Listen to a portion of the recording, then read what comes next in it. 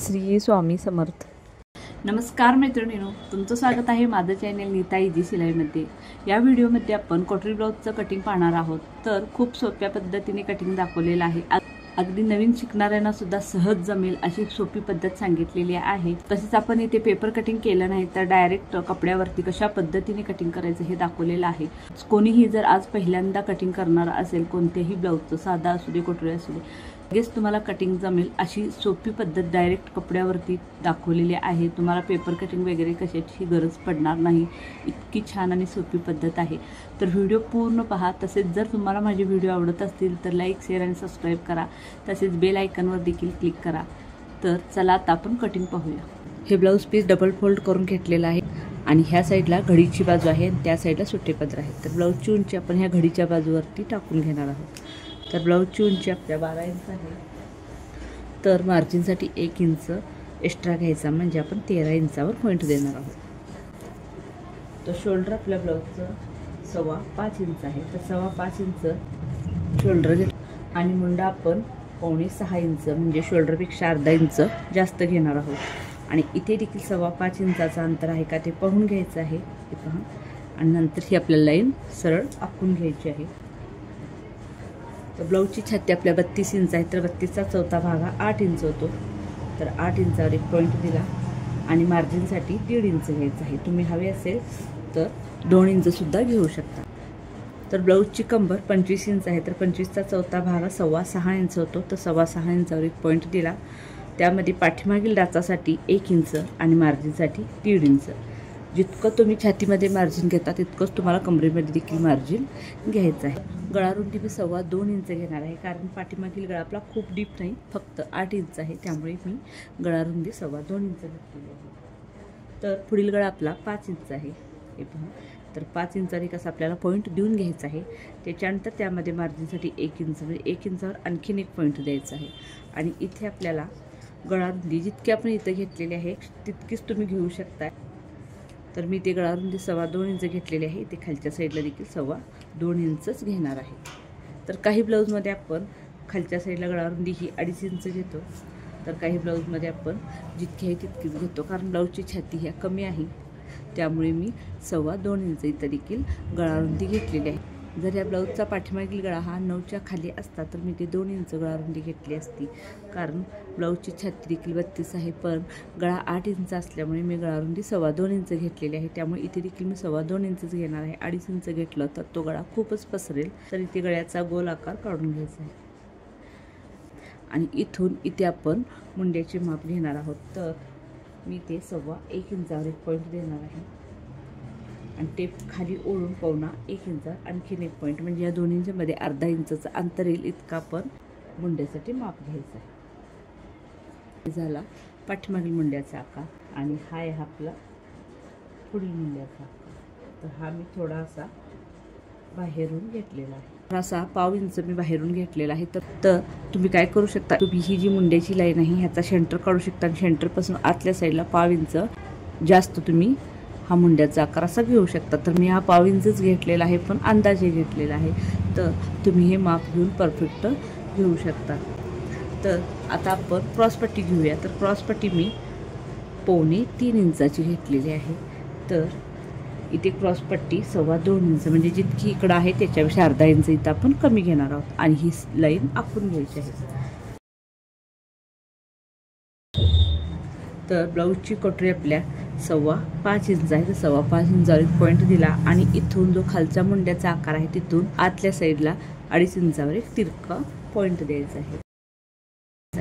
आणि हा जो आपण 1 इंचाचा पॉईंट दिला होता, इथे 1 इंच एक्स्ट्रा मार्जिन घेतले, तिथून असा आपण हा कटोरीचा आकार जोडून घ्यायचा।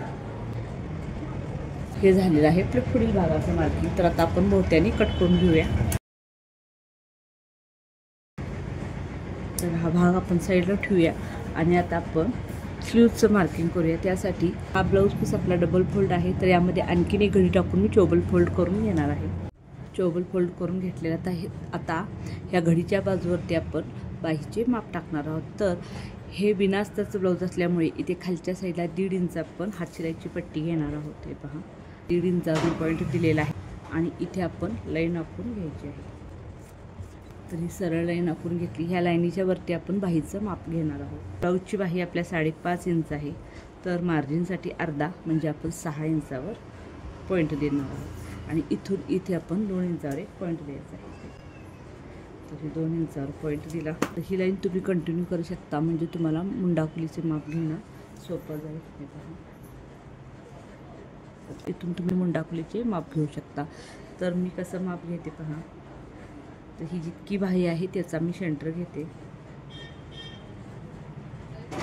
आणि इथेच हा पॉईंट इथून असं सरळ आपण पाहू शकता. तर हे आलेलं आहे 3 इंच. तर ह्या लाईनीपासून मी 3 इंचाचा पॉईंट घेणार. आता इथून बाहीरुंदीचं माप घेऊया. तर बाहीरुंदी आहे आपली 7.5 इंच, 7.5 इंच आणि हा पॉईंट दोन्ही जोडून घ्या. इथून आपण अशी तिरकी लाईन आखून घ्यायची आहे, पण सरळ तिरकी लाईन न आखता आपण थोडंसं असा गोलसर आकार घेऊन हे तिरकं जोडून घ्यायचं आहे. तर पहा तुम्ही आकार किती छान आलेला आपल्या बाहीचा. आणि इथून इकडं आपल्याला 1.5 इंचावर मार्जिनसाठी पॉईंट द्यायचा आहे. तर हा पॉईंट दिला. तर आता आपण दंडघेर घेणार आहोत. तर दंडघेर आपला आहे 5 इंच. तर 5 इंचावर एक पॉईंट देऊया आणि मार्जिनसाठी 1.5 इंच आणि हे दोन्ही पॉईंट आपण असे जोडून घ्यायचे आहे. आणि हा आहे आपला पुढील भागाचा. तर आता आपल्या बाहीचं मार्किंग पूर्ण झालेलं आहे. तर आता आपण बाही कट करूया.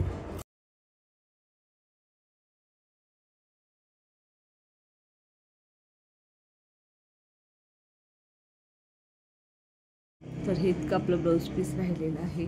तर ह्याच्यावरती आपण कोटरीचं साईड पीसचं माप घ्यायचं आहे. तर आता हा आपण मार्किंग केलेला भाग आहे, हे जसं आहे हे पहा. हे असं जो मार्किंगचा भाग आहे तो उलटा करून ह्याच्यावरती ठेवायचा आहे, अगदी व्यवस्थित, जेणेकरून कुठे देखील आपल्याला जोड वगैरे द्यावा लागणार नाही. अशा पद्धतीने ठेवून घ्यायचं आहे. आपण असं पाहायचं आहे की कुठं आपला ब्लाऊज पीस कमी वगैरे पडतो का. आणि इथे शोल्डर जवळ आपल्याला एक लाईन आखून घ्यायची आहे अशी बरोबर कट टू कट. हा जो भाग आहे याच्या अगदी लागून एक लाईन आखून घ्यायची आहे. आणि इथे देखील थोडीशी या मुंड्याजवळ थोडीशी लाईन आखायची आणि इकडे ही पूर्ण लाईन आपण आखून घ्यायची आहे. आणि हाताने फक्त थोडंसं प्रेस करायचं आहे. जसा आहे तसा तुम्हाला साईड पीस मिळणार आहे. पाहू शकता तुम्हाला हे साईड पीसचं मार्किंग दिसत असेल. मी थोडंसं डार्क करते तुम्हाला दिसण्यासाठी. तर आता आपण हा साईड पीस कट करून घेऊया.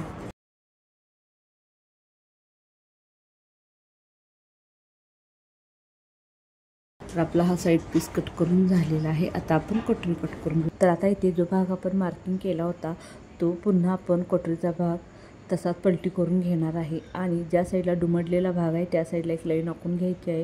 आणि इथे देखील हाताने थोडंसं प्रेस करायचं आहे. फक्त एक काळजी घ्यायची आहे, जेव्हा आपण हा भाग पलटी करतो त्यावेळी कोटरी आपली तिरक्या कपड्यामध्ये यावी हे फक्त आपल्याला लक्षात ठेवायचं आहे. तर इथे पाहू शकता तुम्ही जशी तशी कोटरी उठलेली आहे. इथे देखील मी थोडंसं डार्क करून घेते. तर आता आपण कोटरी वाढवून घेणार आहोत. तर हे पहा, ह्या साईडला आपण 1.25 इंचावर पॉईंट द्यायचा आहे. तसेच दुसऱ्या साईडला देखील आपण 1.25 इंचावर पॉईंट देणार आहोत. तर इथे कोटरीचा गोलाकार भाग आहे त्या साईडला आपण अर्धा इंच एक्स्ट्रा घेणार आहोत आणि 1.25 इंचापर्यंत तो भाग न्यायचा आहे. आणि दुसऱ्या साईडला ज्या साईडला आपली तिरकी लाईन आहे त्या साईडला फक्त 1.5 इंच अंतर घेऊन खालच्या 1.25 इंचापर्यंत जोडून घ्यायचं आहे आणि तिरकी लाईन पूर्ण आखून घ्यायची आहे. तसेच जी कोटरी आहे त्याचा सेंटर काढून घ्यायचा आहे. सेंटरपासून खाली आपण 1.5 इंचावर पॉईंट देणार आहोत. तर इथे पहा, तर 1.5 इंचावर पॉईंट दिलेला आहे आणि दोन्ही साईडून 1.25 इंचावरून 1.5 इंचापर्यंत अशी तिरकी लाईन दोन्ही बाजूला आखून घ्यायची आहे. आणि आता आपण कोटरी कट करून घ्यायची आहे. तर आता आपल्याला क्रॉसपट्टी कट करून घ्यायची आहे. तर हे माप पाहूया आपण, यामध्ये आपली क्रॉसपट्टी बसते का. तर इथे आपली क्रॉसपट्टी परफेक्ट बसते. तर हा आता हे डबल फोल्ड आहे ऑलरेडी, तर त्याला आणखीन एक असा फोल्ड करून घ्यायचा आहे. क्रॉसपट्टी आपण ह्याच्यावरती 2.25 इंचाची घेतलेली होती, मग इथे आपण अर्धा इंच जास्त म्हणजे 3.25 इंच घेणार आहोत. तर 3.25 इंच आणि जितकी इकडं घेतलेली आहे त्याच्यापेक्षा अर्धा इंच कमी ह्या साईडला आपल्याला घ्यायची आहे. म्हणजे इथे आपल्याला 2.25 इंच घ्यायची आहे आणि ही लाईन आखून घ्यायची आहे. लाईन आखून घेतली आणि क्रॉसपट्टी आपण कट करून घेऊया. ही अशी आपली डबल क्रॉसपट्टी तयार झालेली आहे. तर हा जो भाग आहे हा असणार आहे आपला पाठीमागचा भाग. तर इकडे आपण पाठीमागील गळ्याचे माप घेऊया. तर गळारुंदी आपण 2.25 इंच घेतलेली आहे आणि मागील गळ्याची लांबी 8 इंच आहे. तर त्यामध्ये मार्जिनसाठी अर्धा इंच मिसळून 8.5 इंचावर आपण पॉईंट देणार आहोत. तर अशा पद्धतीने गळ्याचा आकार घेतला. मी खूप पसरट गळा केलेला नाही, अगदी थोडासा बाहेरून घेतलेला आहे. तुम्हाला हवा असेल तर तुम्ही गळा पसरट घेऊ शकता. तर हे आपल्या कटोरी ब्लाऊजचं कटिंग पूर्ण झालेलं आहे. तुम्हाला व्हिडिओ कसा वाटला हे मला नक्की कमेंट करून सांगा.